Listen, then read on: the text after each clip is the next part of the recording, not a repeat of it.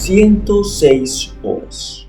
Eso es lo que un joven de 21 años pasó atrapado bajo el concreto en Caraballeda, Venezuela. Sin agua, sin luz, sin saber si alguien lo estaba buscando. Cuando finalmente lo sacaron con vida, no fue un solo país el que lo logró.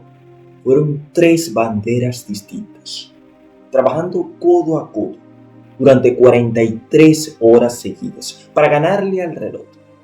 Y esa no es ni siquiera la historia más increíble que te voy a contar hoy. Porque mientras el mundo veía las noticias de los terremotos en Venezuela, pasó algo que casi nadie está contando bien. Más de 20 países mandaron gente, perros entrenados, maquinaria, médicos. Algunos cruzaron el continente entero en cuestión de horas. Y hay un país que se metió hasta el fondo de los escombros, literal, y que va a ser el hilo conductor de todo este video. Quédate, porque al final te voy a contar cómo termina la historia del joven de Caraballeda. Y créeme, no te la esperas. Si eres nuevo por aquí, en este canal hacemos análisis profundos. Pero hoy el tema se sale un poco de lo normal. Porque lo que pasó en Venezuela esta semana no es solo una noticia más. Te voy a hacer una pregunta y quiero que te la quedes pensando todo el video. ¿Qué hace que un país mande a su propia gente, arriesgando sus vidas, a desenterrar escombros en un país que ni siquiera es el suyo? En los próximos minutos vamos a hacer 3 cosas. Primero, te voy a explicar rápido y sin relleno qué fue lo que pasó el 24 de junio para que entiendas la magnitud real del desastre. Segundo, nos vamos a meter de lleno en el trabajo de los rescatistas de El Salvador, porque tienen una de las historias más fuertes de toda esta tragedia. Y te voy a contar rescate por rescate lo que hicieron. Y tercero, vamos a abrir el lente y ver el panorama completo. Los más de 20 países que llegaron, lo que cada uno aportó, y porque esto se convirtió en una de las operaciones de rescate internacional más grandes de los últimos años en América Latina. Si te interesa este tipo de contenido, el like me ayuda muchísimo a que más gente lo vea, y suscribirte es gratis. Ahora sí, vamos al fondo del asunto.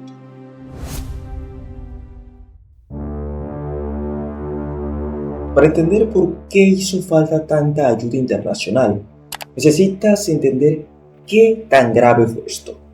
El miércoles 24 de junio, a las 6 de la tarde, hora local de Venezuela, la tierra se sacudió en el norte del país, con una magnitud de 7.2. Eso ya de por sí es un terremoto mayor. Pero 39 segundos después, antes de que la gente siquiera terminara de reaccionar al primero, llegó un segundo sismo, todavía más fuerte, 7.5. Esto tiene un nombre técnico. Quiero que lo aprendas porque te va a ayudar a entender por qué fue tan devastador. Se llama doblete sísmico. Pasa cuando 2 terremotos de magnitud similar ocurren con segundos de diferencia. Es un fenómeno raro y es mucho más destructivo que un solo terremoto grande, porque las estructuras que sobreviven al primer golpe no tienen tiempo de asentarse antes de recibir el segundo. Fue, según los expertos, el terremoto más fuerte registrado en Venezuela en más de 100 años. El epicentro estuvo entre los estados Yaracuy y Carabobo, pero el estado que más sufrió fue La Guaira, en la costa, que terminó siendo declarado zona de desastre. Casi 3 de cada 10 edificios ahí quedaron dañados. Las cifras al momento de grabar este video ya superan las 1.900 personas que se han ido, que no están ya con nosotros. Y conste que estas cifras lamentablemente pueden subir mucho más, ya que las labores de rescate siguen activas.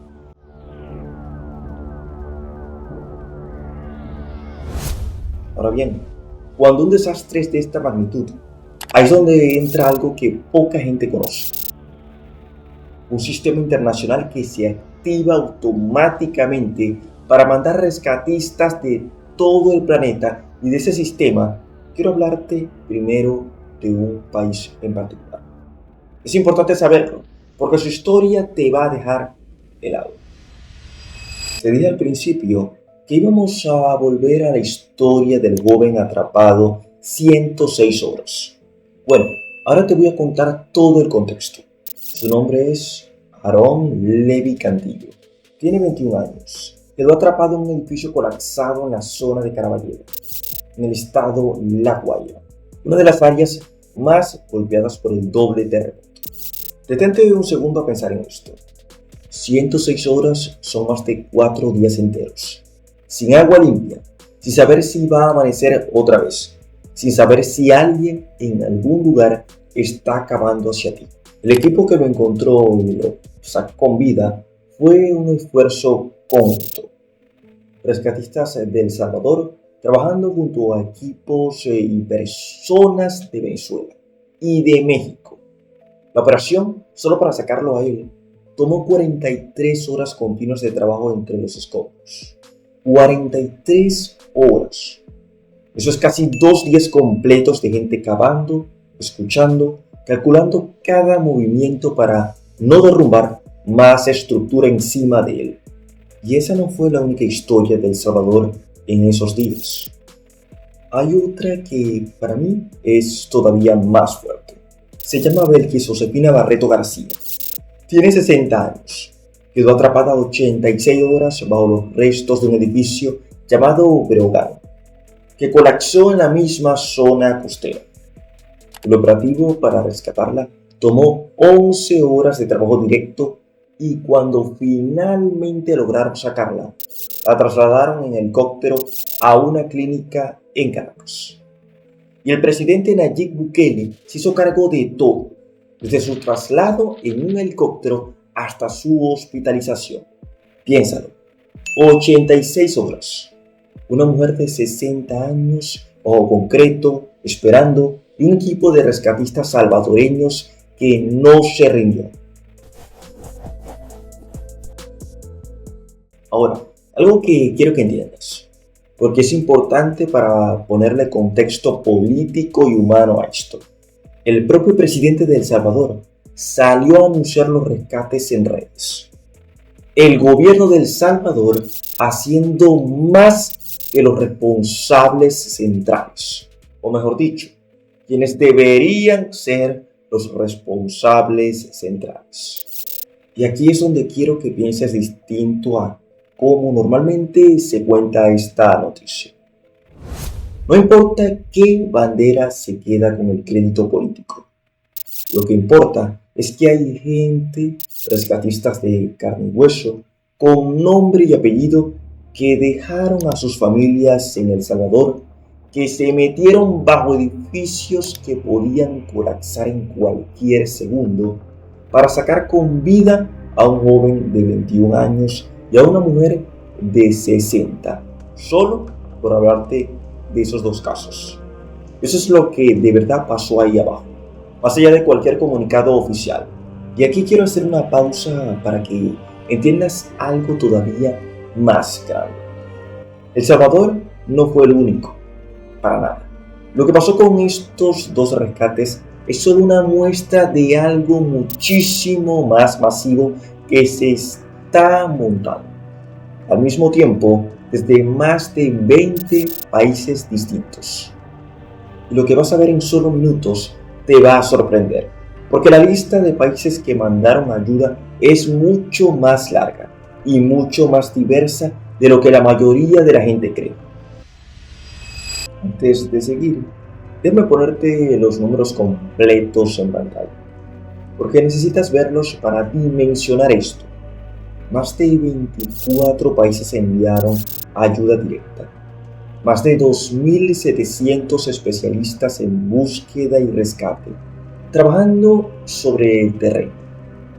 86 equipos caninos y más de 500 toneladas de suministros llegando al país. Esto, amigos, es una de las movilizaciones de rescate internacional más grandes que ha visto Latinoamérica en años.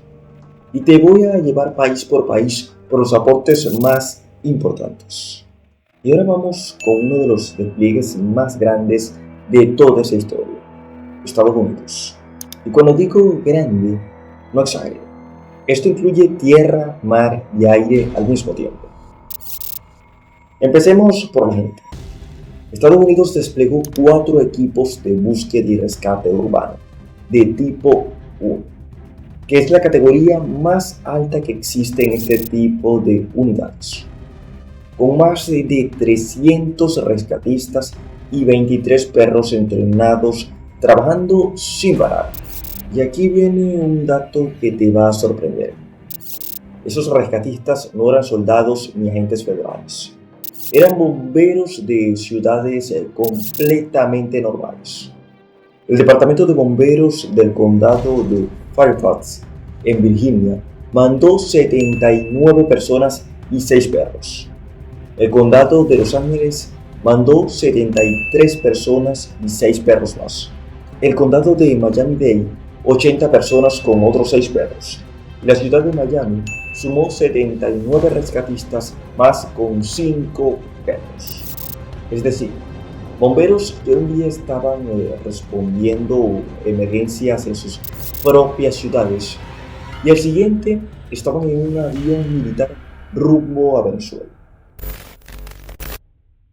Y ahí entra la parte del despliegue militar, que es donde esto se vuelve todavía más impresionante. Para transportar a toda esa gente y su equipo, Estados Unidos usó aviones C-17 Globemaster, de los más grandes que tiene la Fuerza Aérea, además de 130 Hércules, helicópteros Black Hawk, Chinook y hasta aviones de despegue vertical tipo Osprey. Todo esto bajo el mando del Comando Sur, volando misiones de transporte, reconocimiento y traslado de suministros hacia las zonas más afectadas. Pero la pieza que más me parece una película es esta. Frente a las costas de La Guaira, Estados Unidos posicionó un buque de combate. Se llama el USS Fort Lauderdale, un buque de transporte anfibio de las fuerzas militares. Desde ahí, marineros e infantes de marina estuvieron entregando suministros directamente a la costa, usando embarcaciones de desembarco como si fuera una operación militar, pero para salvar vidas, no para combatir. Y no se quedaron solo entregando ayuda. Un equipo especializado de la Marina se metió directamente al puerto de La Guaira, que había quedado dañado por el terremoto, para repararlo y volver a dejarlo operativo. Porque sin un puerto funcionando, toda la ayuda internacional que estaba llegando por barco no tenía dónde desembarcar. Y ahora hablemos del dinero, porque la cifra es enorme. Estados Unidos empezó con un paquete de 150 millones de dólares. Pero a los pocos días, al ver la magnitud real del desastre sobre el terreno, el gobierno estadounidense duplicó ese monto. La cifra actual supera los 300 millones de dólares. De eso, 200 millones se están canalizando a través de organizaciones humanitarias con experiencia comprobada en desastres. Nombres como la Cruz Roja, UNICEF, el Programa Mundial de Alimentos, Catholic Relief Service y Samaritan's Purse y el resto se está usando directamente en logística militar, suministros preposicionados y la operación de rescate mismo. Para que tengas una referencia, 300 millones de dólares es más de lo que muchos países gastan en programas humanitarios completos durante todo un año. Y aquí se movilizó en cuestión de días. Y es también importante mencionar el despliegue y el envío que han hecho los Estados Unidos de un general del Comando Sur, el mayor general Harold, quien ha sido y es ahora el encargado de dirigir las operaciones desde Venezuela. Este alto mando militar, por su experiencia en desastres, tiene esa función vital dentro del país. Hemos visto cosas que parecían inéditas para la realidad de Venezuela, como por ejemplo ha sido reparada en cuestión de horas la pista del aeropuerto Simón Bolívar de Maiquetía, una operación dirigida directamente por los Estados Unidos de Norteamérica, es decir, tomando control directo y real de la situación. En materias como esta se está observando realmente su interés. Y quiero dejar dentro de esta ecuación cómo es el trabajo conjunto y el despliegue aéreo viéndose sobre los aires de La Guaira. Recuerden, La Guaira, una de las zonas más afectadas, junto también a la capital del país, Caracas. Continuemos por la región. Colombia mandó a su unidad de élite, el equipo User Code 1. Estamos hablando de más de 60 especialistas, 4 binomios caninos y 12 toneladas de equipo. Ahí van bomberos, defensa civil, Cruz Roja Colombiana, policía y fuerza aérea, todos coordinados en una sola misión. Estamos convencidos de que si hubiera estado Abelardo de la Espriella en la casa de Nariño, hubiera sido todavía mayor el apoyo. Chile mandó rescatistas voluntarios especializados justamente en remoción de escombros. Es exactamente lo que más se necesitaba en La Guaira. México, además de apoyar en el rescate del joven de Caraballeda, que ya te conté, desplegó sus propios equipos especializados de manera independiente. ¿Qué no decir de los héroes, los topos mexicanos? Esos que están dispuestos a darlo todo por rescatar a una persona entre los escombros. Vaya para ellos un gran aplauso. Ahora, vámonos a Europa, porque la respuesta también fue enorme. España envió 2 equipos completos de búsqueda y rescate urbano, la unidad militar de emergencias y un equipo de la Comunidad de Madrid junto con personal de cooperación internacional. Francia desplegó un destacamento especializado en el rescate en entornos colapsados, con expertos en desescombro, equipos médicos y más binomios caninos. Todo bajo el mecanismo de protección civil de la Unión Europea. Italia mandó un equipo de avanzada mientras coordinaba el envío de bomberos y personal de sus fuerzas militares.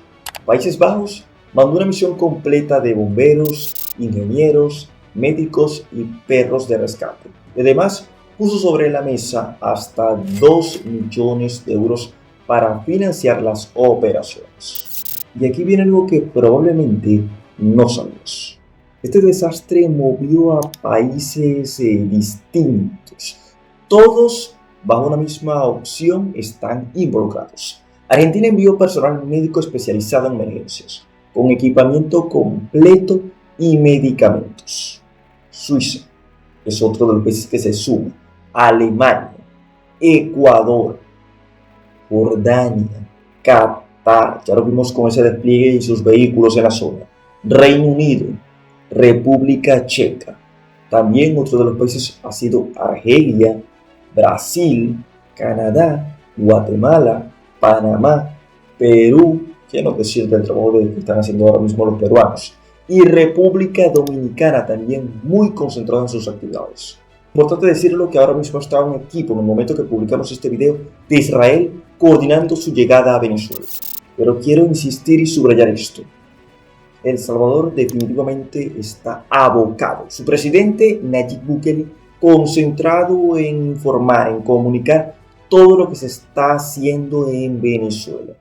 Y para muestra un botón, si comparamos el tamaño de Brasil y El Salvador, un gigante, el Brasil suramericano, y El Salvador un país muy pequeño, veamos la diferencia en el aporte de las dos naciones. Es desproporcionado el apoyo de El Salvador a Venezuela en un momento crítico.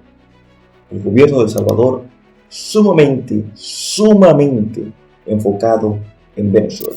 Y dentro de esta ecuación, te hablo de rescatistas, pero quiero hacer mención especial al glorioso pueblo de Venezuela, que está ahí, en la zona del desastre, ayudando, sacando escombro tras escombro para rescatar a sus venezolanos, a sus compatriotas. Es importante destacar ese trabajo, porque mano a mano, codo a codo, venezolanos y rescatistas extranjeros están ahí en el lugar. Venezolanos, civiles, hombres de a pie involucrados en el tema directamente. Salvar a los venezolanos estaría ahora mismo fundamental. Por otro lado, el Vaticano, a través del Papa León XIV, mandó una ayuda económica inicial canalizada por las estructuras de la iglesia local en Venezuela. Suma todo esto y entiendes por qué las Naciones Unidas hablaron de 25 equipos internacionales, 17 de ellos especializados en búsqueda y rescate urbano a una red que se llama UNSARAD o INSARAD, coordinados por la Oficina de Asuntos Humanitarios de la ONU. Y aquí está la pregunta que hice al principio del video. ¿Por qué un país manda a su gente a arriesgarse por otro país que ni siquiera es el suyo? La respuesta, después de ver todo esto, yo creo que es bastante simple. Porque cuando la tierra se abre, las fronteras dejan de importar. Quiero volver, antes de cerrar a donde empezamos. Aaron Levy Cantillo, el joven de 21 años, sigue vivo gracias a 43 horas de trabajo de rescatistas salvadoreños, venezolanos y mexicanos que no se rindieron. Belkis Josefina Barreto García, la mujer de 60 años, sigue luchando en una clínica de Caracas. Ya está recuperada, estable, gracias a un equipo que cavó durante 11 horas sin parar para sacarla de debajo de un edificio que ya no existe.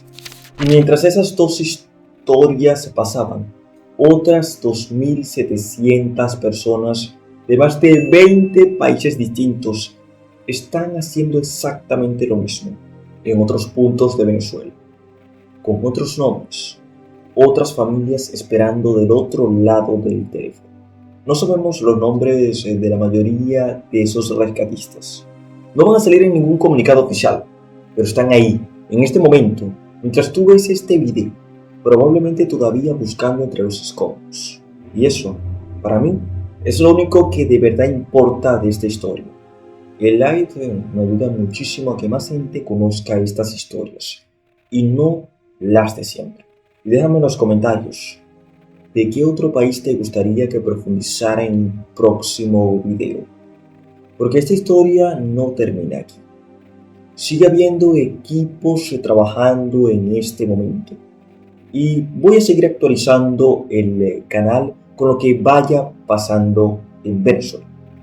Si quieres ver cómo sigue la historia de Venezuela y la respuesta internacional, suscríbete y activa esa campanita. Porque en cuanto haya actualizaciones importantes, vamos a hacer la segunda parte. Gracias por haber llegado hasta aquí y nos vemos en el próximo video.